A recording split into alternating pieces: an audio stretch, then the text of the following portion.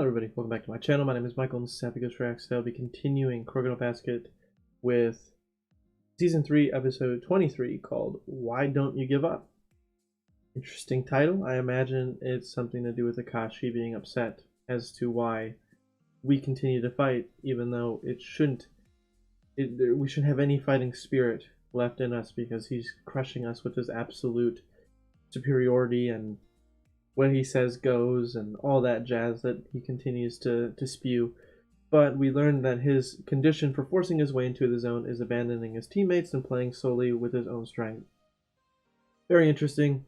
It kind of reflects back on his Taiko days, but nonetheless, we now are back in a situation where it's zone v zone, and I imagine that we are going to be very focused on both Akashi and Kagami in a back and forth battle of the zone. To continue on with that, Almine has explained to us that there is another door once you're in the zone and you've sunk all the way down to the bottom and you are zen and as focused and as aware as you can be. There is yet another level of the zone that has a gatekeeper that appears to just be a shadowy figure of yourself. And he does not know the conditions to open that door, but as I was trying to discuss in the previous episode's post-discussion about my speculations on it, I wonder if, because Almine himself had never figured out how to open that door, it would mean it's something that Almine would never do that is the requirement to open it, which probably has something to do with teamwork and team play, because he does not do that. So I wonder if that door has to be opened not only with some sort of self-realization thing, considering there's a gatekeeper that looks exactly like the person you are, being Kagami or Almine, but I wonder if it's something that's forced open with, the power of teamwork. And I wouldn't be surprised, because that's Kagami's whole shtick. Kagami's whole shtick is power of teamwork is what helps him enter the zone, and that's what keeps him in the zone, and that's what makes him play better, all that fun stuff. So I'm interested to see how this goes. I'm super excited because I loved when we got to see Kagami and Almine play against each other when they were in the zone, and now it's Akashi and Kagami, which is going to probably be insanely cool. I'm ready to see us get stunted on, more kneeling, more ankle breaks on our side, but also popping off and dunking on them. I'm hoping we get another meteor jam before the end of this game from Kagami. And I hope that through all this, even though we have two characters in the zone right now in opposing teams, that we can still allow other characters to shine, even though it will be very hard with two players in the zone. But anyways, I'm ready to jump in. Episode 73, Why Don't You Give Up? Let's go.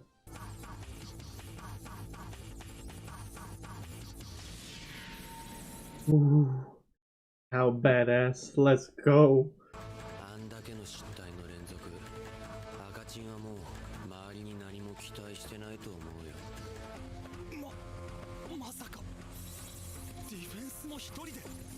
Indeed.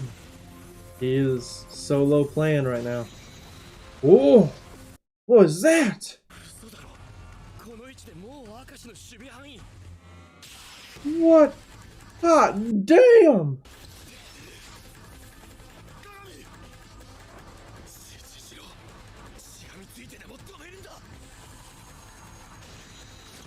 Whoa! Whoa!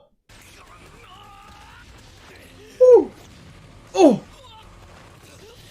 My man. Dude, Akashi's the king of shit talk. I love it.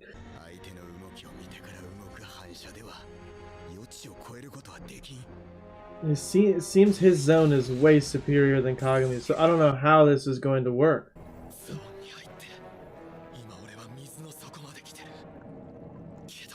He sees the next door, huh?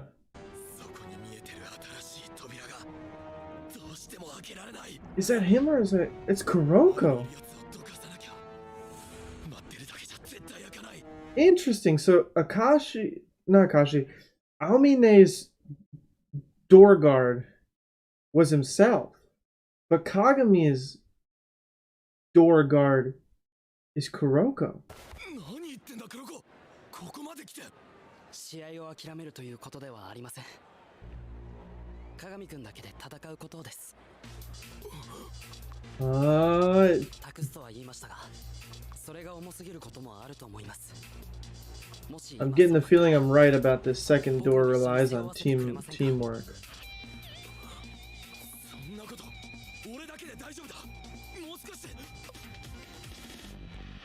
Especially considering Kuroko's the guardian to his second door.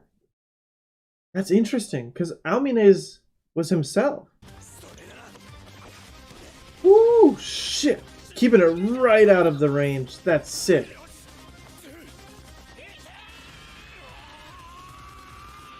Oh, my man! He stopped it!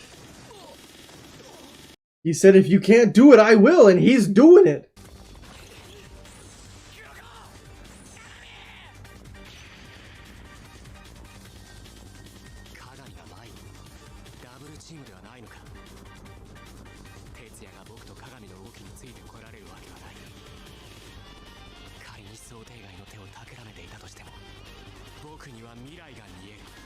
I can see the future is such a crazy line.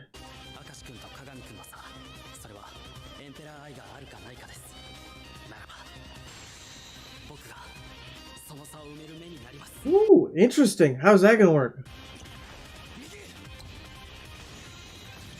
Ooh.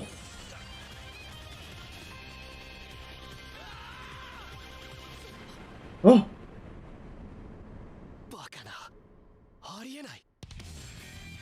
He's there.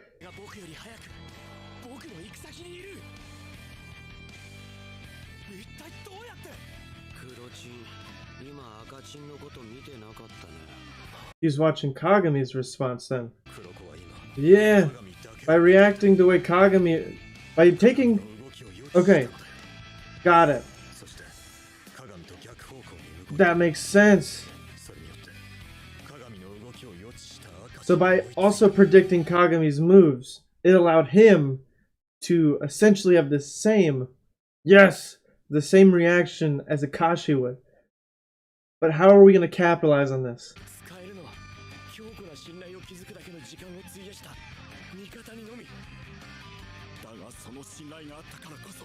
Farther into the future than Akashi?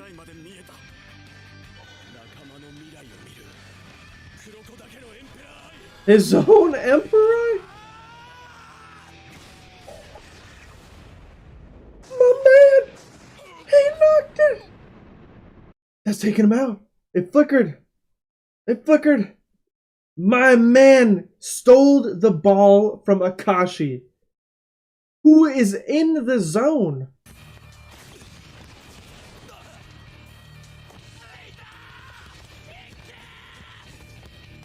He's just standing. Oh no. Oh! He's turned into the Flash! What was that?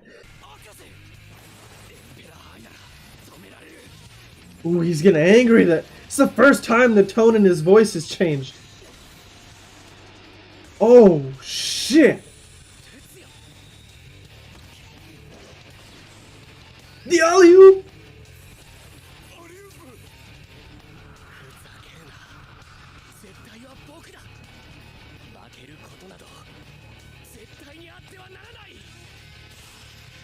Oh!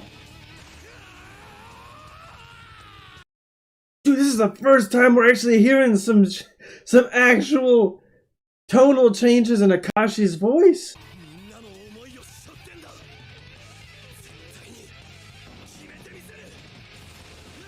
It is teamwork! He just dunked on Akashi, dude, and it looked orangish. The light. Whoa! Wow! Akashi's on his ass now. I didn't think I'd see that. I didn't think that they would ever have him on his ass for the entire show. I thought they would be a back and forth. They actually overpowered him, but he split personality. I wonder if that's why the tonal change happened. Because the other personality's taken over again in some fashion?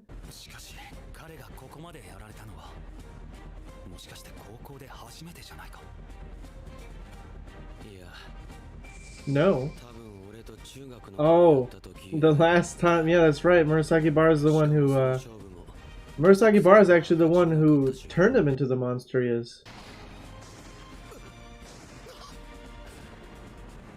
He missed. He's throwing right now. He's off his game now.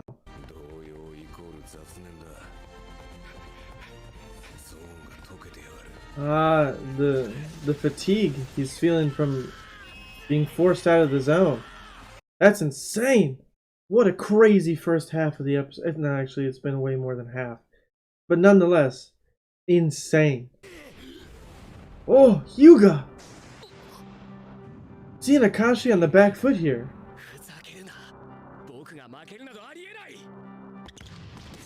Woo! It's his personalities. Okay, it is.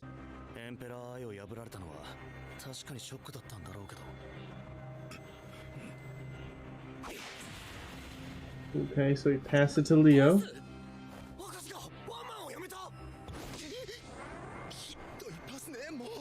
He's off his game. It's because his other personality took back over. I forget what Akashi said about the personality thing. He changed not because he wanted to, it's because everything, his surroundings made him change. So he changed again based on his surroundings. But he's back to whatever he was once upon a time. It is so weird seeing him off his game like this. Whoa! Oh, shit! Oh my god, they're popping off with this animation, man! Holy shit, that was sick, dude! Wow! That was epic! Wow, we caught up that quick! 5 minutes left, 2 points behind.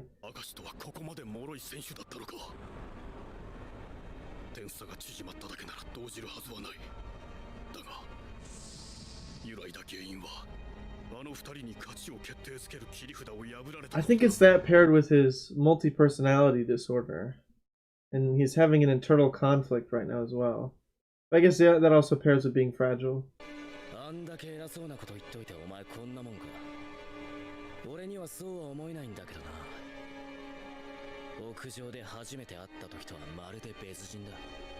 Interesting.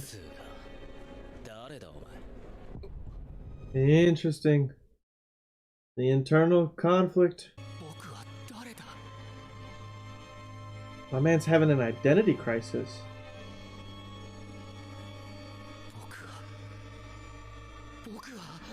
I am absolute. Oh.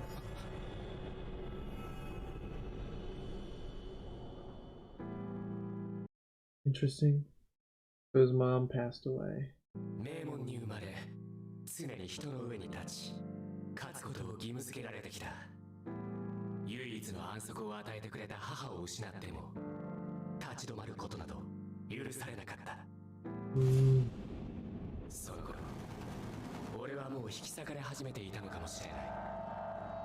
Well, tragic backstory time. I guess I was expecting this.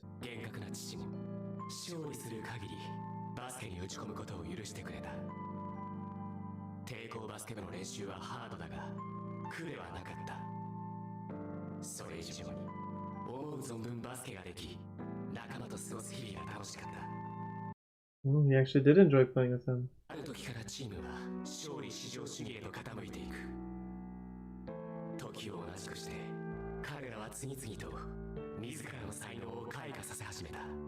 Interesting.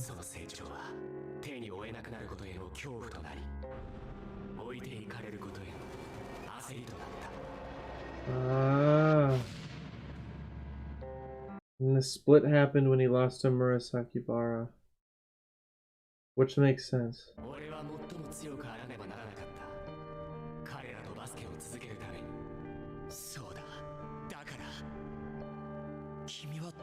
ですか？僕は明石清十郎に決まっているだろう。だから僕が生まれた。Interesting. 再び彼らを従えた。全中3連覇もわけのないことだ。完膚なきまでの勝利。絶対は僕だ。 He did say he had to adapt. He changed because his team changed. だから俺など必要ないと。そうだ、お前はここにいろ、永遠に。そのつもりだった。だが今敗北の予感がお前をきしませている。何がわかる？弱者になり下がったお前に。ああ、分かっていなかったのだろう。俺は勝つことでつなぎ止めようとした。かけがえのないもの、それ以外に方法を知らなかった。その弱さがお前を生んだ。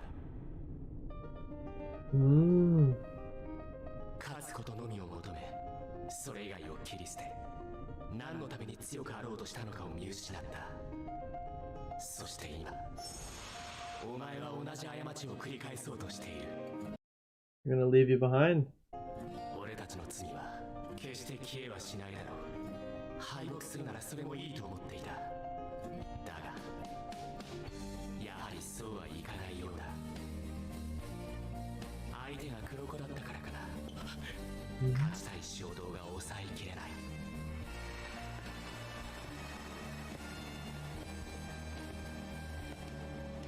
Oh boy. He overpowered it. He's back. What a crazy internal struggle.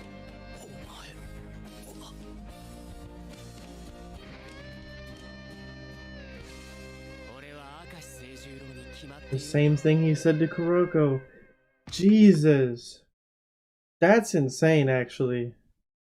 I did not realize how tragic of a backstory that was going to be and how crazy that was going to feel to learn. But damn, what a fantastic episode. Another fantastic episode of Kuroko no Basket checked off the list.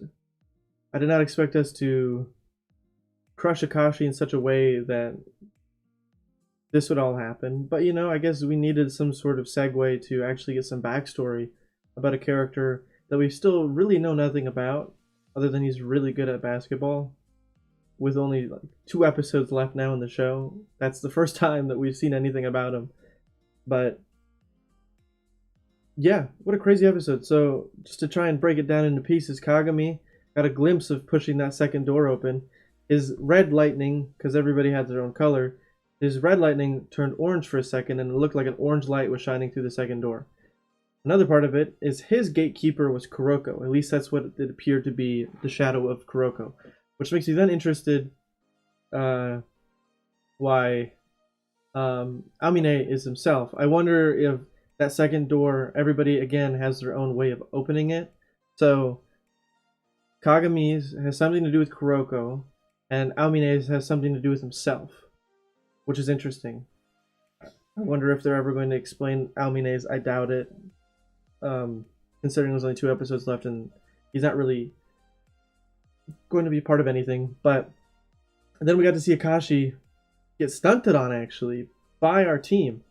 I think one of the craziest cool things about this was their way of showing the teamwork and bond of Kagami and Kuroko, and how Kuroko's, as they put, pseudo-Emperor relied solely on just predicting with Kagami's movements what the predictions would allow him to see further in the future of certain movements, making him, in a sense, very valuable and very strong against Akashi, because he was able to outsmart him using essentially his own move. But Kuroko's sprouts from friendship and rapport rather than Akashi's, which is the desire to be stronger and keep playing and not get left behind by his teammates. I find that all very, very interesting, the way that we had this whole breakdown here. I kind of just want to re-go over the whole thing about what everything that was said here. So he lost his mother, which then his father only let him play basketball if he won. And he didn't have his mom anymore, which was kind of like his crutch in life. because he had to live up to these high expectations, presumably just because of his father and the high standard household he's living in. He seems to come from a very rich and, high standard family, which unfortunately, a lot of people who are born into, rich families kind of have, they grow up different for various reasons, because they get to live a standard of life that not everybody gets to experience. Whether they grow up spoiled or whatever the case may be.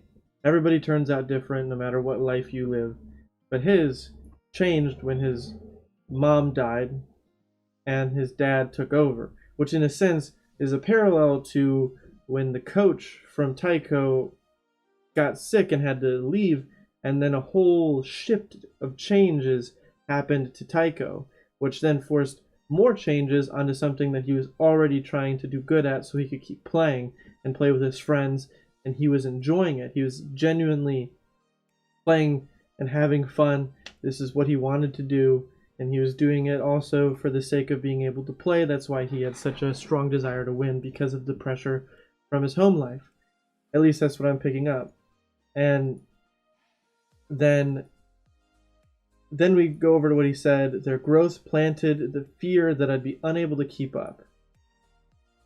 Believing they would leave me behind, fear turned to panic. And then we flash over to the Murasaki Bara clip where they one-on-one, he lost, which was the creation of this persona that is stuck around for so long because of his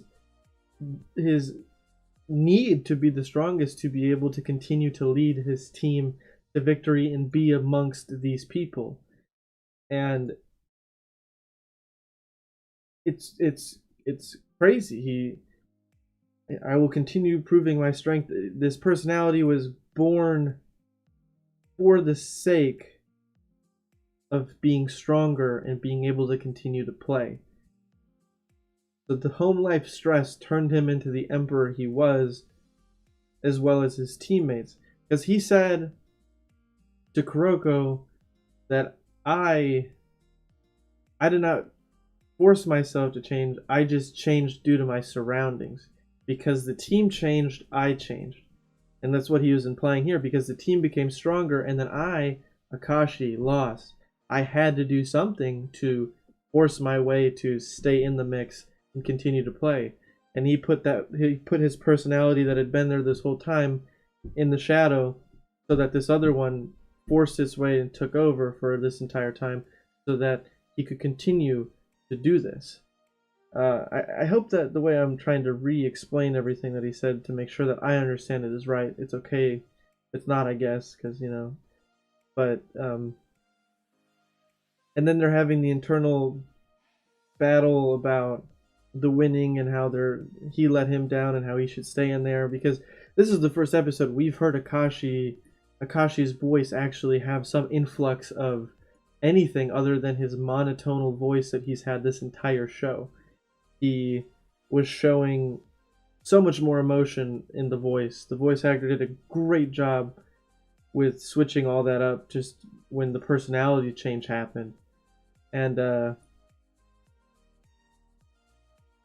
then it comes down to, because we're playing against Kuroko, we can't suppress our impulse to win. And then that right there is what allowed, once again, that personality to step back into the spotlight and take back over, which I find interesting. I like how they did the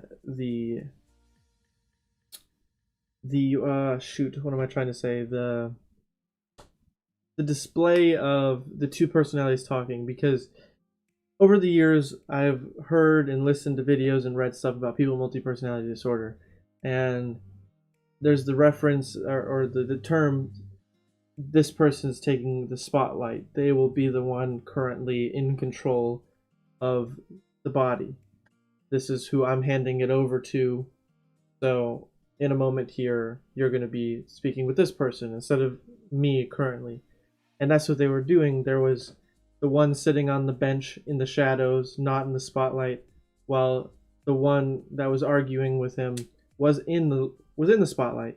And then through their internal conversation, it forcefully took back over because victory is needed right now, and they're playing as Kuroko, and that means that they have to win. And I think the creepiest part was the face that they had at the end looks completely different than normal with Akashi. But then he hits him with the same question and same answer is hit from both Phantom players. He asks, "Who are you?" And then he says, "I'm Akashi Seijiro, of course," both times. So, very cool. I really like this. I wish that his character got way more backstory considering how important he is to the show. I hope that we maybe get a little more next episode before the finale. But nonetheless, fantastic episode. I'm so excited because they already teased us with a little bit of whatever this second door opening of the zone is. And of course, it either has to happen next episode or it's happening the next episode. There's only 2 left, which is very sad. But after that, I got a movie, so crazy. But I'm excited to keep going. With that being said, if you enjoyed the video, please consider dropping a like to let me know you did. If you haven't already and you'd like to stay up to date on all my future videos, please consider subscribing, ringing that bell, and be notified every single time I upload. I also have a Patreon where I post full-length reactions to all the shows I'm watching on YouTube, so if you can watch full-length episodes of Kuroko no Basket with me or any other show I'm watching on YouTube, feel free to check it out. You'll need your own legal copy of the show to watch along with me, so keep that in mind if you do check it out. And until next time, with the second to last episode of the Kuroko no Basket, I hope you all have a fantastic day, and peace.